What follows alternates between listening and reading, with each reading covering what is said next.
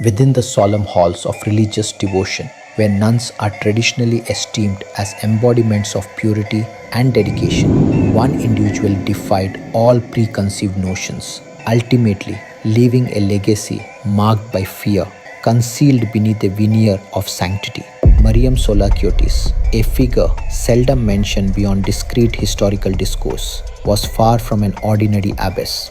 Referred to as the serial killer nun, her rise from a humble upbringing in Greece to a role of spiritual influence concealed a sinister desire for power and riches.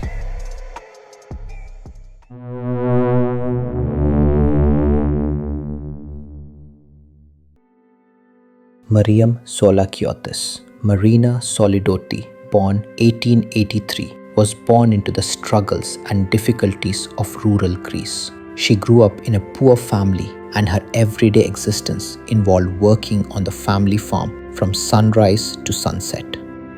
Similar to numerous young girls, the responsibilities of farm life influenced her upbringing.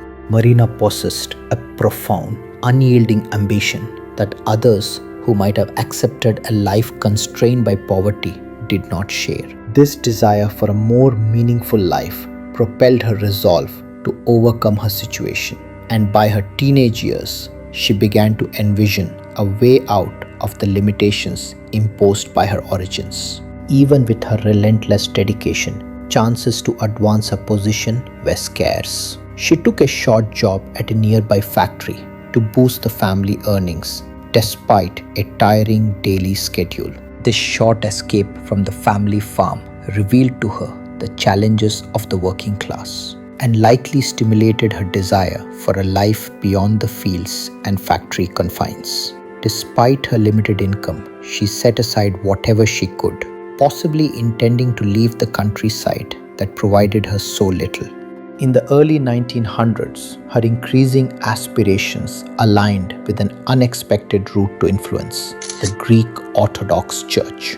Religious life served as an escape for young women lacking resources or connections from the pressures of marriage or agricultural work. At the age of 23, she took a significant step and became a member of the Old Calendarist Church, a breakaway group within the Orthodox Christian tradition. She encountered Matthew Karpatakis, a monk discontented with the conventional church's constraints. Mutual frustrations united Marina and Matthew, and in one another they discovered the ideal partner for their goals. Marina walked into the church and assumed the name Mariam to connect herself to the holy lineage of Mary, the mother of Jesus. This decision was tactical. The name she adopted belonged to one of Christianity's most respected figures, aiding her in creating an image of innocence and modesty. Her public image was a meticulously crafted display of modesty, a facade for the unquenchable desire for influence that drove her actions. Under Matthew's guidance, Mariam swiftly ascended the church's hierarchy. Her commitment to Matthew and dedication to the church's mission established her as a respected and impactful figure in the movement. They established the New Calendarist Church, a place they presented as a spiritual refuge from conventional Orthodox beliefs.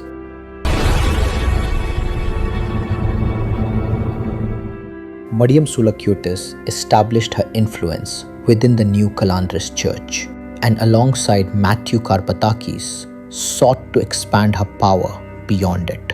In 1927, they founded the Panagia Theotokos Monastery, an independent convent located in a remote mountain region. The monastery was publicly presented as a healing center, especially for tuberculosis patients, at a time when effective medical treatment was rare.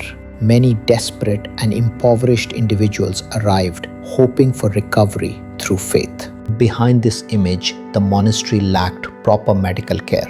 Patients were isolated, denied treatment, and controlled through fear and neglect. Mariam used their vulnerability to extract donations and seize personal belongings. As her authority grew, so did her wealth. She acquired land and money rapidly, raising suspicion as no official records could explain how the monastery accumulated such resources in a short period.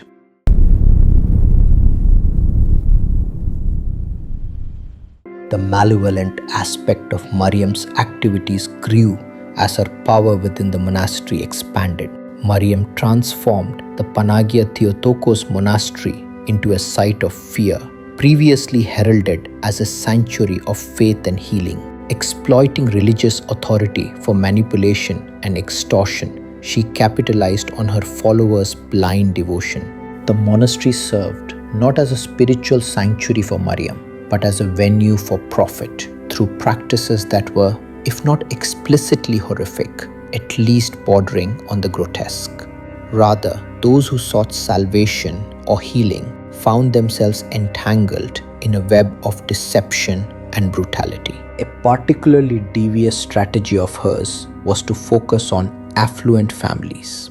Mariam often persuaded affluent believers that donating their possessions to the monastery would guarantee spiritual salvation or avert everlasting damnation for their family members. She exploited their fear and trust, forcing them to transfer their properties and possessions. Mariam resorted to direct threats and subsequently violence when persuasion didn't work. She confined numerous individuals in tight cells within the monastery, withheld food from them, and maintained their isolation under severe circumstances until they complied with her. When they gave in, they frequently decayed in their imprisonment, underfed and overlooked as Mariam's riches merged into her expanding property. She took advantage of the elderly, the ill, and even young women who arrived at the monastery with dowries for marriage. Mariam would entice these women with guarantees of safety and rescue, only to have their possessions taken away and then kept apart until they were completely under her control. Rather, these dowries became part of Mariam's wealth, and numerous women perished in their cells from neglect and hunger. Mariam's fortune was both structured and merciless, her hunting instincts enabling her to exploit those already at the fringes of society. Mrs. Becker fell victim to Mariam's plot, having previously been a loyal supporter of the monastery's mission, who soon became disillusioned. Mrs. Becker attempted to flee the monastery with her 2 children upon discovering the dreadful nature of Mariam's reign. However, Mariam was not ready to forfeit such a precious source of riches. The tuberculosis patients had taken over a cell where Becca was held and provided only a few bites of food daily. She became increasingly weak and ultimately lapsed into a coma, with her cries remaining ignored. She passed away inside the monastery, neglected, a stark reminder of Mariam's ruthless ability to exert control. Mariam's rule involved more than mere financial exploitation. Inside the monastery, she enforced strict discipline, mercilessly quelling any discontent among the nuns. Sister Theodore, another nun, boldly questioned Mariam's practices and was openly accused of wrongdoing and severely beaten. Sister Theodore passed away due to internal bleeding, a death that Mariam deemed as divine punishment for her defiance.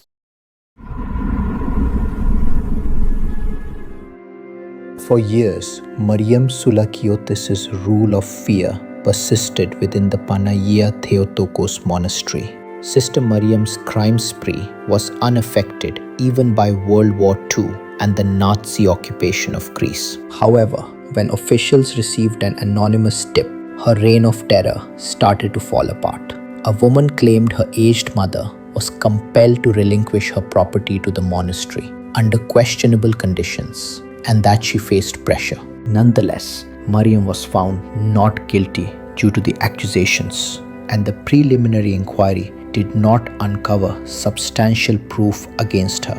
Nevertheless, law enforcement started to focus on the monastery as grievances persisted, uncovering a troubling trend in its finances and activities. In 1949, a woman named Eugenia Margetta alleged that Mariam had confined her in the monastery and tortured her until she relinquished property valued at approximately $80,000 in today's money, which became the crucial turning point.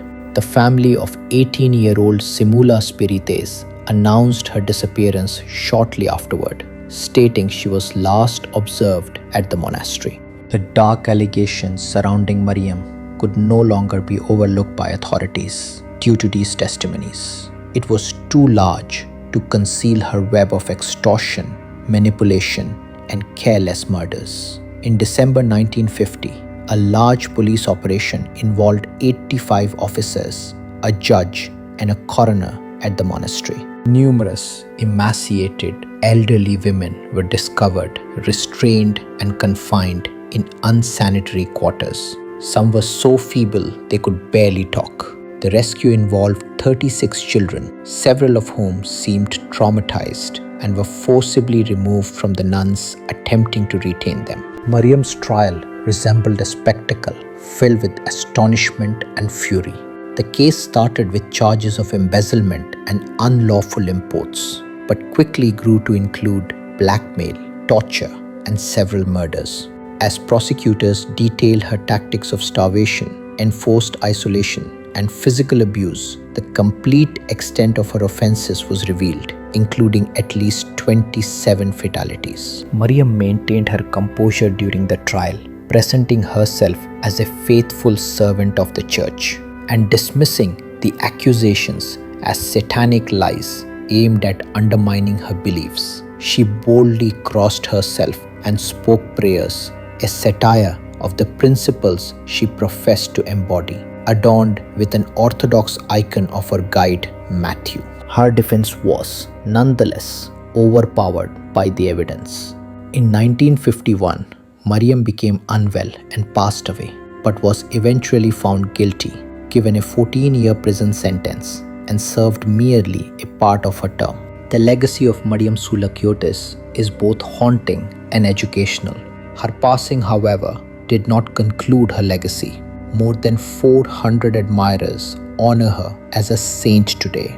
A permanent mark remained from the hundreds of her victims perished due to illness, hunger, or brutal killings.